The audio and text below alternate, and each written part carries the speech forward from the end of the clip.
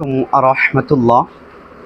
সম্মানিত দর্শক, আমি আজকে আপনাদেরকে একেবারেই নতুন একটি ভিডিও উপহার দিতে যাচ্ছি।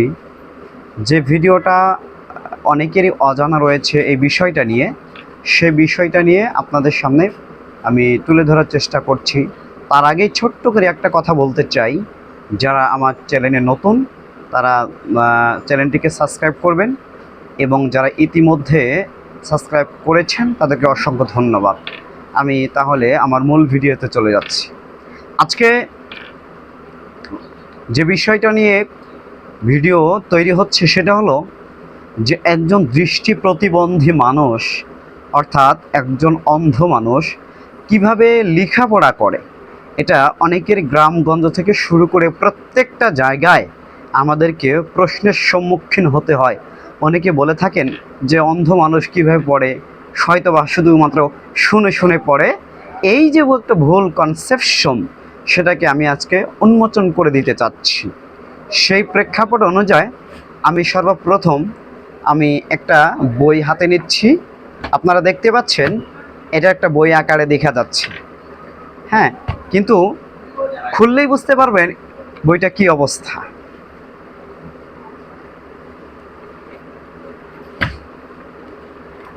এই যে দেখুন, এটা একটা বই, কিন্তু আপনারা যারা চক্ষুষ্মান ব্যক্তি দেখতে পাচ্ছেন এখানে কোনো লেখা নেই, শুধুমাত্র এখানে ছিদ্র ছিদ্র দেখা যাচ্ছে।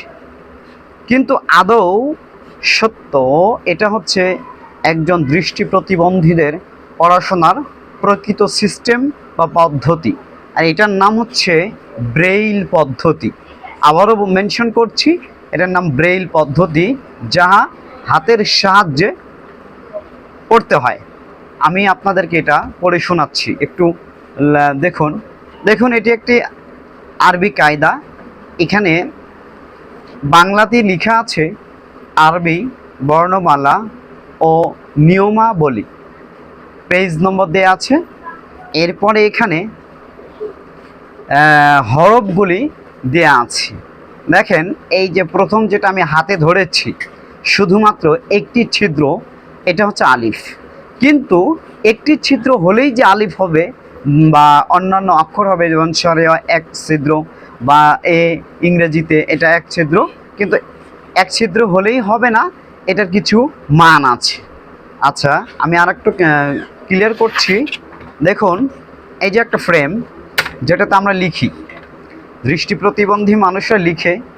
দেখুন, এখানে প্রত্যেকটা ঘরের ভিতরেই 6টা করে রুম রয়েছে, অর্থাৎ এরকম এই পাশে 1 2 3, আবার এই পাশে 4 5 6। এই প্রত্যেকটা 1 থেকে 6 পর্যন্ত প্রত্যেকটা যে ঘর রয়েছে, এই প্রত্যেকটা ঘরের ভিতরেই এমনভাবে প্রত্যেকটা অক্ষরকে বন্টন করা আছে, হ্যাঁ, সেটাকে কোনো অক্ষরের সঙ্গে আপনি কোনো অক্ষর মিল পাবেন না। হ্যাঁ, তো এটা আমি একটু বই থেকে আপনাকে দেখাইলেই সবচেয়ে ভালো হবে। লেখার বিষয়টা আমরা পরে আসছি। আমরা যেটা কম্পিউটারে ছাপানো সেই বই থেকে বিষয়টা ক্লিয়ার করছি। দেখুন, এখানে লেখা আছে আল কোরআনুল কারিম বাংলা অর্থসহ, খণ্ড 29, পাড়া 29, ইসলামিক ফাউন্ডেশন বাংলাদেশ কর্তৃক প্রকাশিত আল কোরআনুল কারিম অনুসরণে visually empowered education and welfare foundation ভিউ ফাউন্ডেশন কর্তৃক ব্রেইল পদ্ধতিতে অনুবাদকৃত। এতক্ষণ আমি রিডিং শোনালাম, এখন একটু ব্যাখ্যা।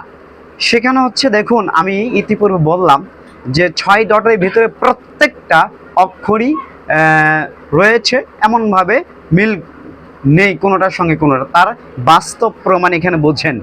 এই যে এখানে দেখতে পাচ্ছেন, প্রথমে যেখানে আমি আঙ্গুলটা ধরেছি, একটু দেখেন যে এই যে প্রথম এই ঘরে 3টা ফোঁটা রয়েছে, অর্থাৎ এখানে আমাদের মান অনুযায়ী 3 4 5, হ্যাঁ, এখানে কিন্তু 3টাই রয়েছে, এটা হলো সরেয়া। এবং পরেরটা 1 2 3, এখানে কিন্তু 3টা রয়েছে, এটা হলো ল। কিন্তু এখানেও 3টা ছিদ্র, এখানেও 3টা ছিদ্র, কিন্তু শুধুমাত্র মানের কম বেশির কারণে এটা ল, এটা শরিয়া, হ্যাঁ আল। এবার এখানে মাঝখানে একটা হাইফেন দেওয়া রয়েছে। এরপর কোরআন, এই যে দেখতে পাচ্ছেন এই পাশে একটা ছিদ্র, মাঝখানে নেই, আবার এই পাশে, তার মানে 1 এবং 3, 1-এর ঘরে এবং 3-এর ঘরে রয়েছে, এটা ক। তারপর রস্যুকার, এখানে ধরেন যে 1 3 6, হ্যাঁ। তারপরে বৈষণ্যরা যেটা আমাদের সেটা হচ্ছে দেখেন এখানে 4টা ছিদ্র রয়েছে, 1 2 3 5। তারপরে কুর, এই যে আন, মাঝখানে একটা আপনার হাইফেন চিহ্ন যেহেতু থাকে, এখানে কোরআনুল কারিম স্পষ্ট করে। এইভাবেই বাংলা, ইংরেজি, আরবি, অঙ্ক প্রত্যেকটাই সারা বিশ্বে একজন দৃষ্টি প্রতিবন্ধী মানুষ এই ব্রেইল পদ্ধতিতে প্রত্যেকটা সাইড থেকে পড়াশোনা করে তারা শুধু ঢাকা বিশ্ববিদ্যালয়, জাহাঙ্গীরনগর ইউনিভার্সিটি, চট্টগ্রাম ইউনিভার্সিটি এবং অন্যান্য বিশ্ববিদ্যালয়গুলো থেকে তারা গ্রাজুয়েশন কমপ্লিট করে। এইভাবেই করেও তারা বিভিন্ন জবরত অবস্থায় বাংলাদেশে বিভিন্ন জায়গায় কাজ করে যাচ্ছে। তো এখানে আমি আপনাদেরকে একটু দেখালাম যে পড়ার পদ্ধতি। এখন একটু পড়তে হবে, তাই না? পড়ার প্রয়োজন। তো আমরা এখানে একটু পড়ি, একটা সূরা, এখানে আরবি যেহেতু, আমি একটু আরবি পড়ি একটু। আমি শেষের অংশ থেকেই পড়ি, কারণ অনেকেই বিষয়টা একটু ক্লিয়ার করি।